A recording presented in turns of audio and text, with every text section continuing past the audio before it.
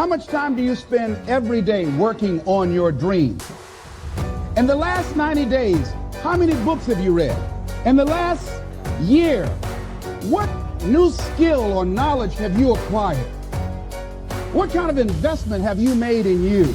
You don't want it badder than you want to party. You don't want it as much as you want to be cool.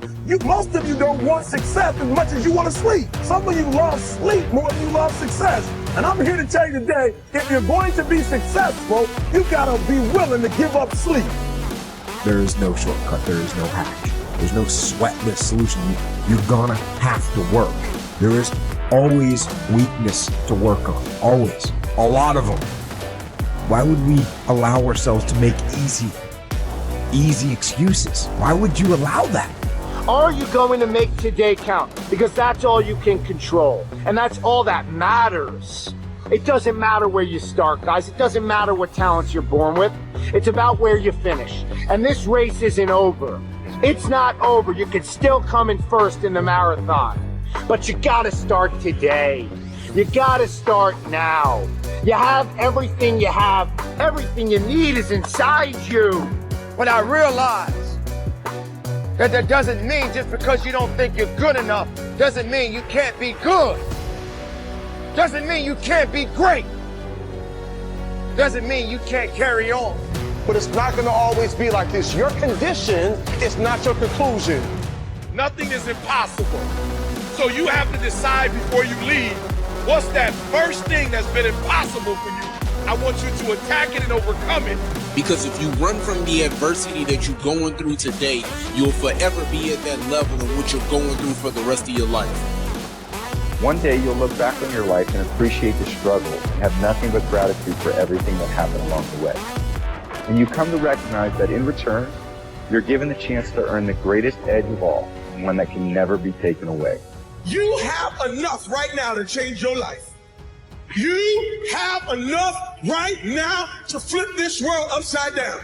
You have enough. You got enough power. You got enough anointing. You got enough grace. You got enough patience. You got enough gifting to make your money, get out of debt, get yourself together, and change everything about your world. Realize that you have the ability to make an impact. You have an opportunity to change that story in your head. Put yourself out there, because when you do, amazing things happen. The essence of life is growth. The essence of life is growth, to do the best you can. And here's what's interesting. Humans are the only life form that will do less than they possibly can. Humans are the only life form that will settle for less.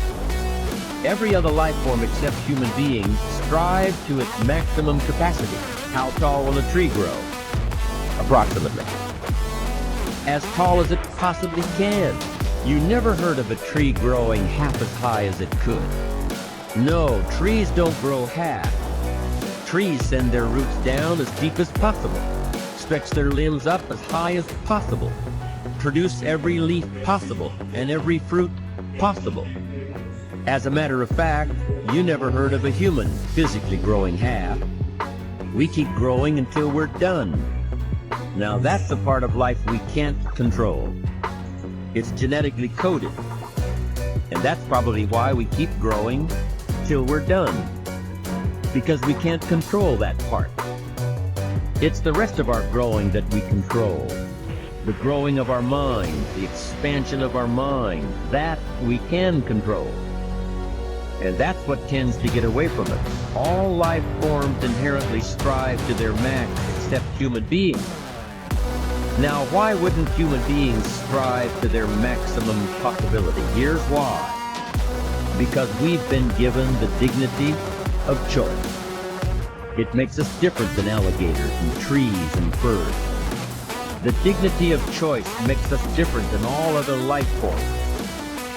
And here's the choice. To become part of what we could be, enough to get by, or to become all that we can be. My best advice for you is to choose the all.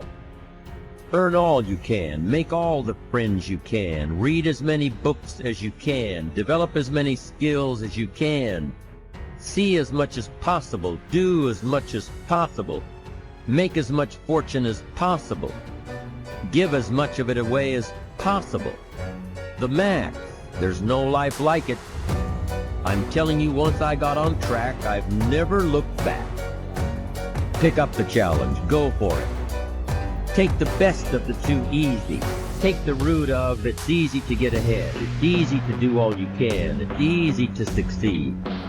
It's easy to have financial freedom. The more you do, the more you get. See, if you're playing it safe, you're not going to win. If you're playing it safe, like that old saying, you know, you were taught when you were a little girl, better to be safe than sorry. Well, that's a bunch of crap. It's not better to be safe than sorry. It's by trying things that you figure out how far you can go. You got to get outside the box. Like it's reported, Edison tried 3,000 ways before he built the incandescent light. He said he didn't fail 3,000 times. He said there was 3,000 different steps to building a light bulb. Well, there's different steps to get to where you're going. And I really do treat winning and losing exactly the same. I do not let it upset me. Do you think that's a big part of why you're so successful? Well, it's part of why I enjoy it. Yeah, I think it is, because I'll try anything. Like if I'm into an idea, the idea of losing never enters my mind. See, I have worked with giants. I had the good fortune of working with Sir Edmund Hillary. He was the first man to stand on top of the world. And I worked with him on 3 different occasions. And the only difference in Ed Hillary and Bob Proctor is in his size. Now, he's gone now, but he was a big man. And he shook hands with me. His hand wrapped right around mine. I felt like a dwarf, you know. And talking to him, like it never entered his mind he wouldn't get to the top of the mountain. But he failed in 1951. He failed in 1952. It wasn't until 1953 that he got to the top of the mountain. You know, people had died for centuries trying to do that. He said, I knew if I could see it in here, I could hold it out here. Stella Mann wrote that in a book. You can see it in your head, you can hold it in your hand. And that's right. And if you're not prepared to lose, you're never going to win, because you're always playing it safe. And there's no reward in that. Dare to go forward. Winston Churchill once said, courage is rightly considered the foremost of the virtues, because upon it all others depend. Courage is the chief distinguishing characteristic of the true leader. It is almost always visible in the leader's words and actions. It is absolutely indispensable for success, happiness, and the ability to motivate other people to be the best they can be. Follow through on your vision. In a way, it is easy to develop a big vision for yourself and for the person you want to be. It is easy to commit yourself to living with complete integrity. But it requires incredible courage to follow through on your vision and on your commitment. You see, as soon as you set a high goal or standard for yourself, you will run into all kinds of difficulties and setbacks. Refuse to compromise. You will be surrounded by temptations to compromise your values and your vision. You will feel an almost irresistible urge to get along by going along. Your desire to earn the respect and cooperation of others can easily lead to the abandonment of your principles. And here is where courage comes in. Stick to your principles. Courage combined with integrity is the foundation of character. The first form of courage is your ability to stick to your principles, to stand for what you believe in and to refuse to budge unless you feel right about the alternative. Courage is also the ability to step out in faith, to launch out into the unknown, and then to face the inevitable doubt and uncertainty that accompany every new venture. Avoid the comfort zone. Most people are seduced by the lure of the comfort.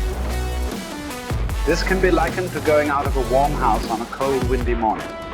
The average person, when he feels the storm swirling outside his comfort zone, rushes back inside where it's nice and warm. But not the true leader. The true leader has the courage to step away from the familiar and comfortable and to face the unknown with no guarantees of success. It is this ability to boldly go where no man has gone before that distinguishes you as a leader from the average person. This is the example that you must set if you are to rise above the average.